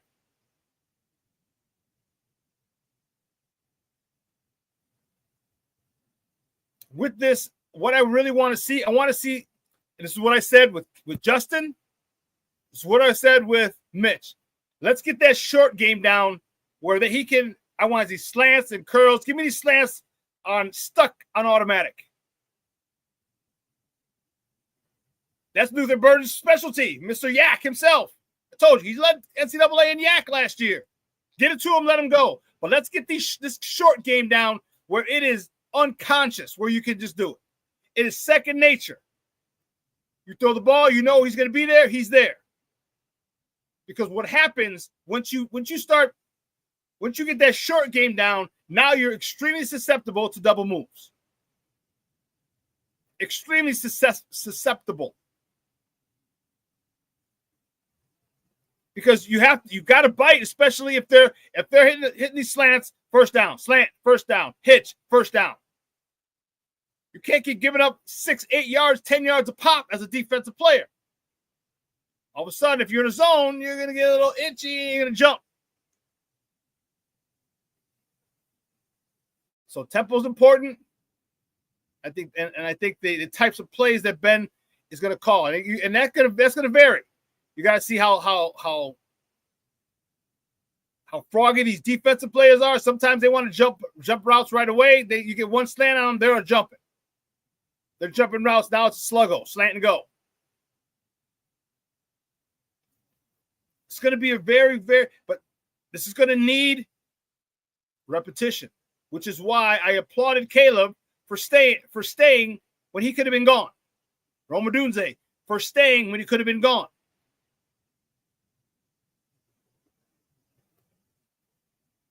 No, man, that's exactly what I'm talking about. The 0 to 15-yard area, man. You give Luther Burden a slant, and watch him shake his way up to 25 yards downfield.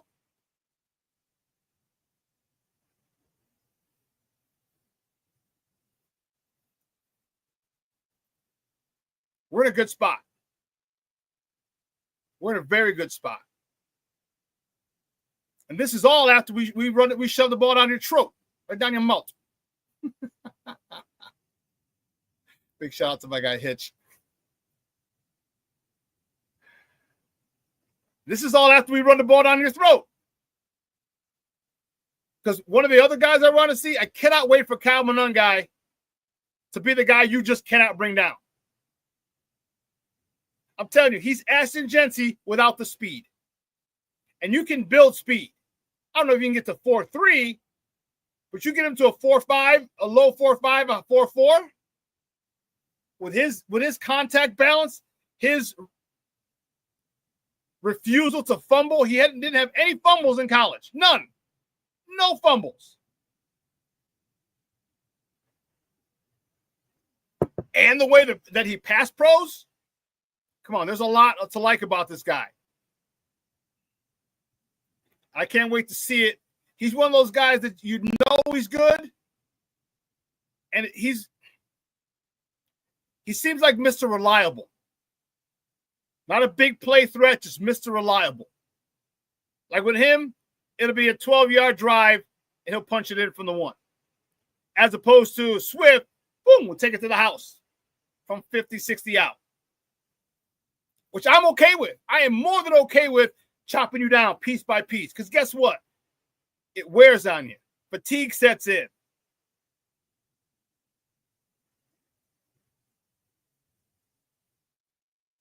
Foster Covers checking in. Good morning, Papa. He says, I just want to see more points per game. This offense needs to show us it can score 24, 28 points a game. I agree. Jay Grizz says, and score in the first quarter. Yes. Score in the first quarter. Put your defense on the offense where now the opposing team has to catch up because you scored early.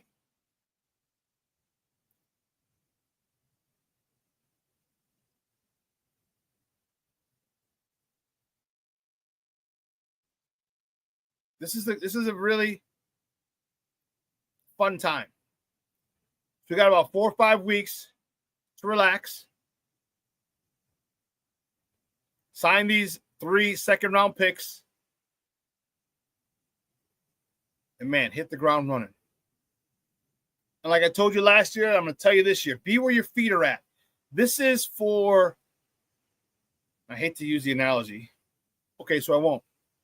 Cuck the fubs. This is like us in 2008. And the Blackhawks have yet to win a Stanley Cup with that crew. But you saw them getting better. 2009. 2010, they break through. This is what we're seeing right now. So be here. Enjoy it. Don't just enjoy it when they make it to the playoffs and win the Super Bowl. Don't just do that, because then you would have wasted all that time. Be here. Be right here, right now. Enjoy this. Think of the bond we had with Patrick Kane, Jonathan Taves, Patrick Sharp. Well, he had a bond with other people and their wives. It's neither here nor there. You know what I mean? We saw them grow. We saw them develop. Not Hossa. Hossa just came over that year in 2010, 09 and 10, and he won it with us. Think of that bond. And I know you Cup fans, you understand what I'm talking about. When all those guys were in the minors and they came up. So be here. Because this, to me, this is like not a redshirt year, but this is a year for them to, I think they can make some noise. But I've told you before, in 2026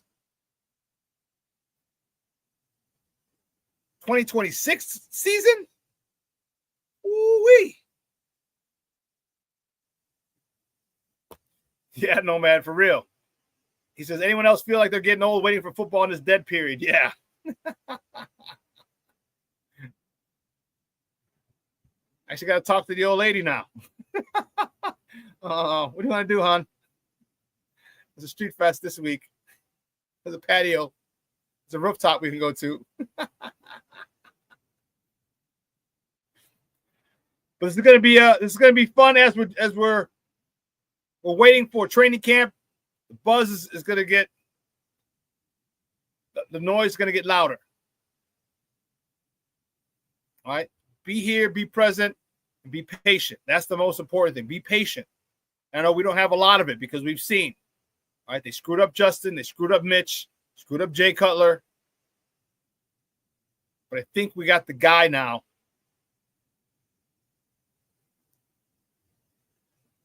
No, man. He said, I got to improvise like a mug right now. Hey, you watch, don't you blaspheme on here, Mondo.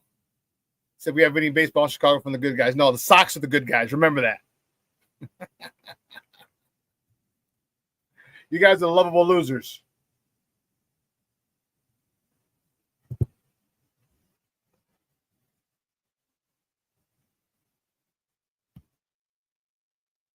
Anyway, listen. Guys, 2 hours has come and gone. Booker Will, you are a damn fool. Now I got to pretend I want to watch Tyler Perry with her.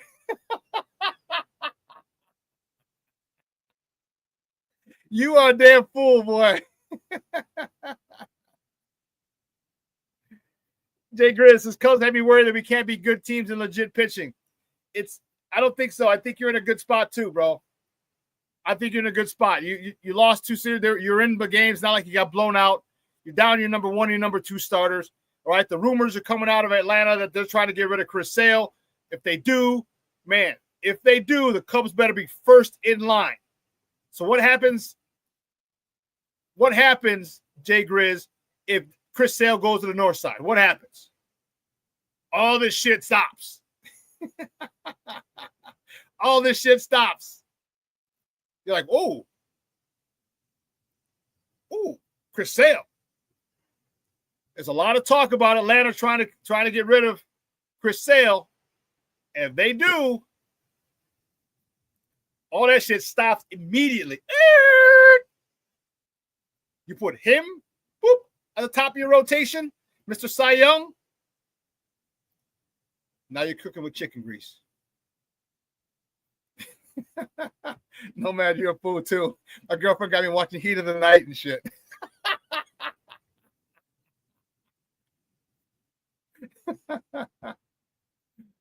Yeah, Mondo, they did. They hit the ball well against Scuba. The offense is not. Listen, I told you guys the offense isn't an issue. All right? It's not. It's the lack of the number 1 and 2 in that rotation. You're going to go, and again, you get Chris Sale, man, almost all that talk, bye-bye, is gone. Imagine him on the bump. With the run support that the Cubs can give Chris Sale, like, damn, what do I do with 6 runs? You're in a good spot, Jay Grizz. You're in a good spot for your team. You're in a real good spot.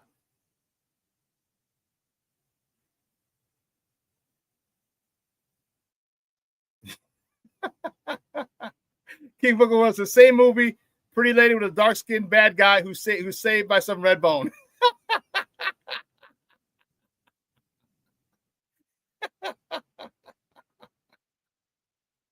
It's all the same. Only the names will change. Mondo said Sale's ERA is sub-3 and he has a losing record. Wow. Imagine him with run support. Crazy.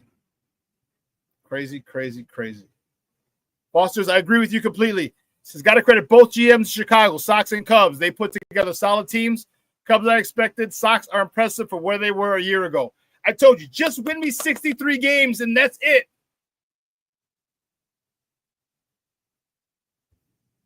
Just get to 63.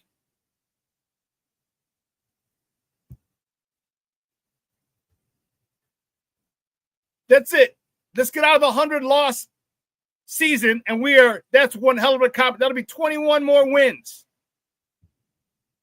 That is a huge jump.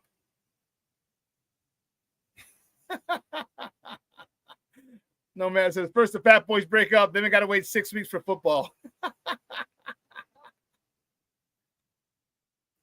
King Book of World, Chris Sale was that dude on the Sox. Yes, and he got no run support here.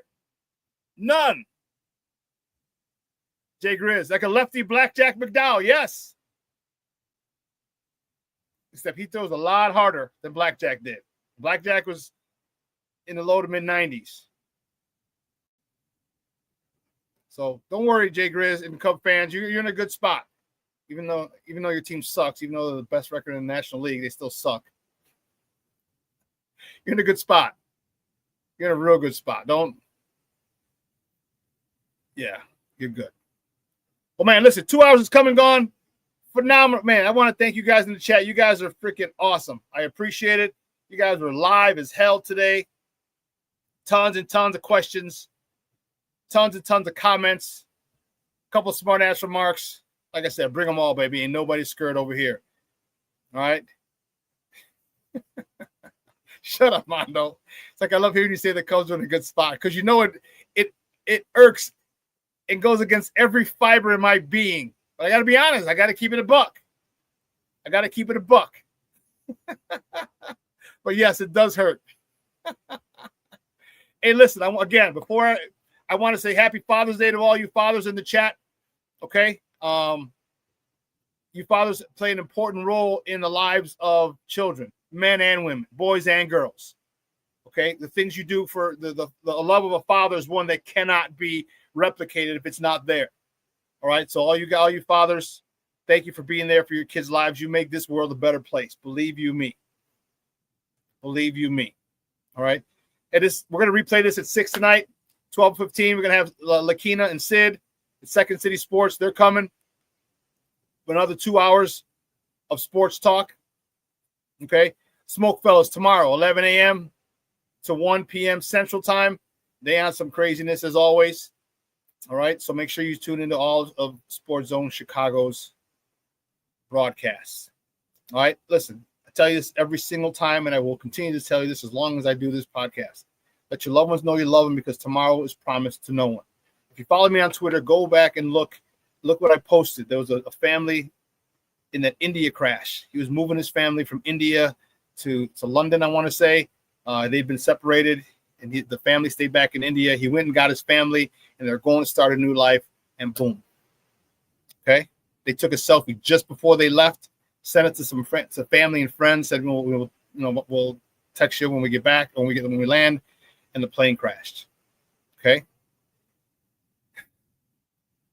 Life moves fast. All right. Let your loved ones know you love them, because tomorrow is promised to no one. If you don't follow me on Facebook, do it. I posted all the top rooftops, patios, all the festivals that are going. I just posted it yesterday. Facebook and Instagram. All right. Get out there, enjoy life. Set times up for breakfast, lunch, brunch, dinner, drinks, whatever. Meet at a patio, rooftop, whatever with your peoples. I'm telling you, you will be glad you did. All right? So, guys, I will see you on Monday. You guys have a phenomenal weekend. It's going to be beautiful. Get out there, enjoy. And you fathers, enjoy your day on Sunday. All right? So, for everyone here at Sports Zone Chicago, I'm your boy, the SuperBack, Shawn Sierra. I am